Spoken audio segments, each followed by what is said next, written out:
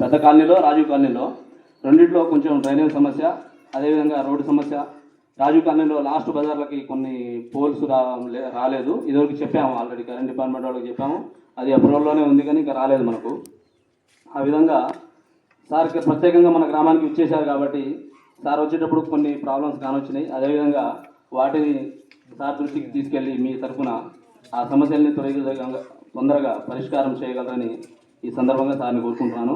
అదేవిధంగా police department నుంచి GPO గారు మరియు కార్యదర్శి గారు, మన గ్రామానికి సంబంధించిన ప్రభుత్వ అధికారులందరూ ఇక్కడ గ్రామంలో ఎటువంటి సమస్యల్ని ఎలా పరిష్కరించుకోవాలి, పోలీస్ సమస్యల్ని, ట్రాఫిక్ సమస్యలను ఎలా చేసుకోవాలి, గ్రామంలో ఉన్న హెల్త్ సమస్యలను ఎలా సాల్వ్ చేసుకోవాలి, అన్ని శాఖల అధికారులు మనకు సవివరంగా వివరించారు.